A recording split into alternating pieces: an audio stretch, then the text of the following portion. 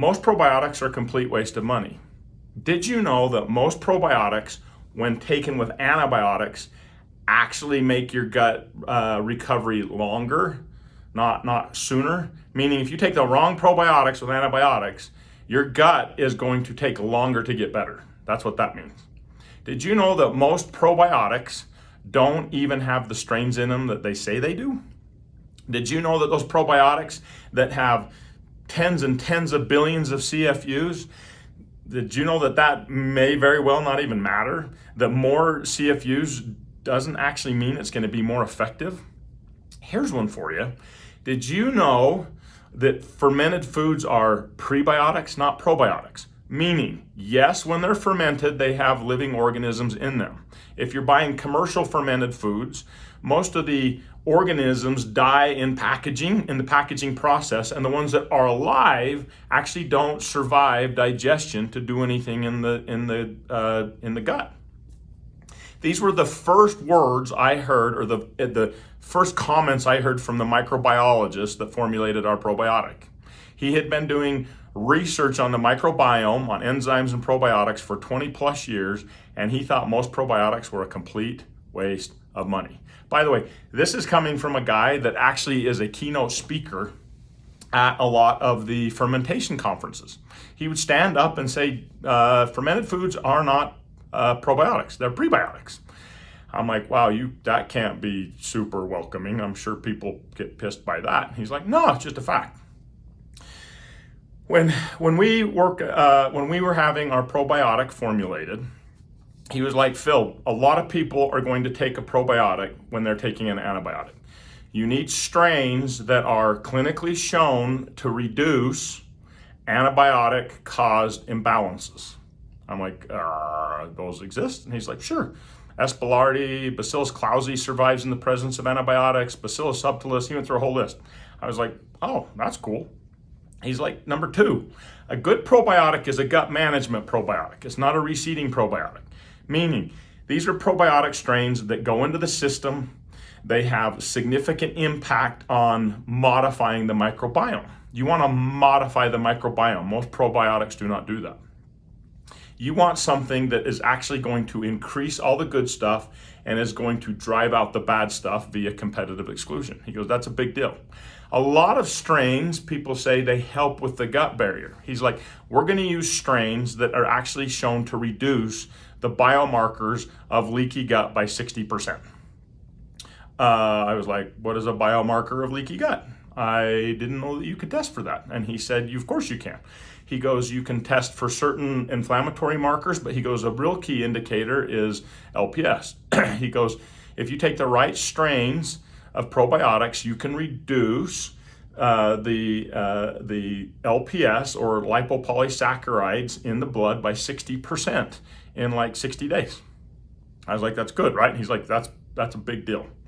So he was like, so you take the right probiotics, you actually help with leaky gut. You take the wrong probiotics, you may help support the gut barrier, kinda. He's like, you want probiotics. He was like, you want probiotics that reduce inflammatory markers. He's like, Phil, everybody has a food intolerance these days. Everybody has a food intolerance. Why? Because they're not producing enough enzymes. He goes, did you know that the right probiotics increase enzymes?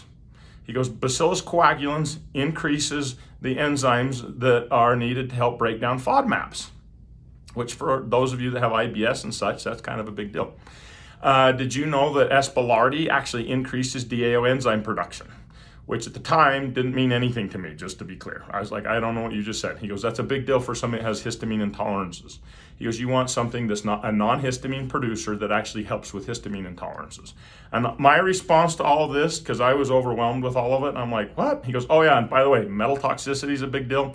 You want a strain that's shown to reduce metal toxicity. I'm like, I do? I didn't know I needed to remove heavy metals. I didn't think that was a problem. So, you know what my concern was when we were having our probiotic formulated? I was tired of living on antibiotics. Every year I would get at least 3 or 4 colds. I would get hit bad. My immune system was completely shot. My colds always graduated to the point where I had to go in I always went in with a sinus infection and I had to get antibiotics. So that was I was like, can I have something that helps with respiratory infection stuff?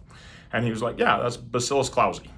And I was like, sweet, what is a Bacillus clausii? And he's like, you'll see.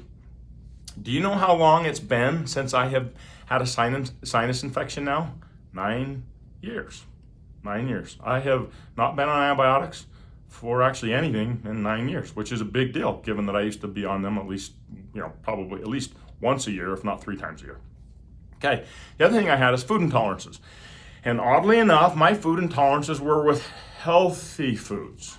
So there were lots of vegetables that made me bloat like crazy. Dairy made me bloat.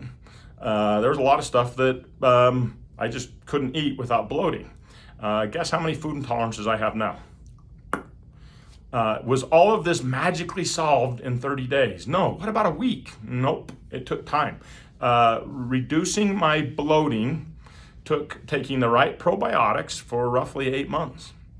My immune system stuff, I'm going to guess, took roughly a year. I was taking all the product, I was taking the correct strains, and I was working on my gut health, and then I just noticed the following year, I just didn't get as sick, and I never graduated to the point of sinus infection. So, what do I wish I would have known years ago? One, I wish I would have known that most probiotics were a complete waste when you're on antibiotics. That would have been nice. I did not know that. I wish somebody would have told me that I didn't need a bottle with tens and tens of billions of CFUs and dozens of strains of bacteria on the back of it. I didn't know that. I didn't know any of that stuff. I wish somebody would have told me what was effective versus something that was not effective. So here's the takeaway, in my opinion. I wish somebody would have told me years ago that probiotics, if you don't take the right probiotics, you're pretty much wasting your money, okay?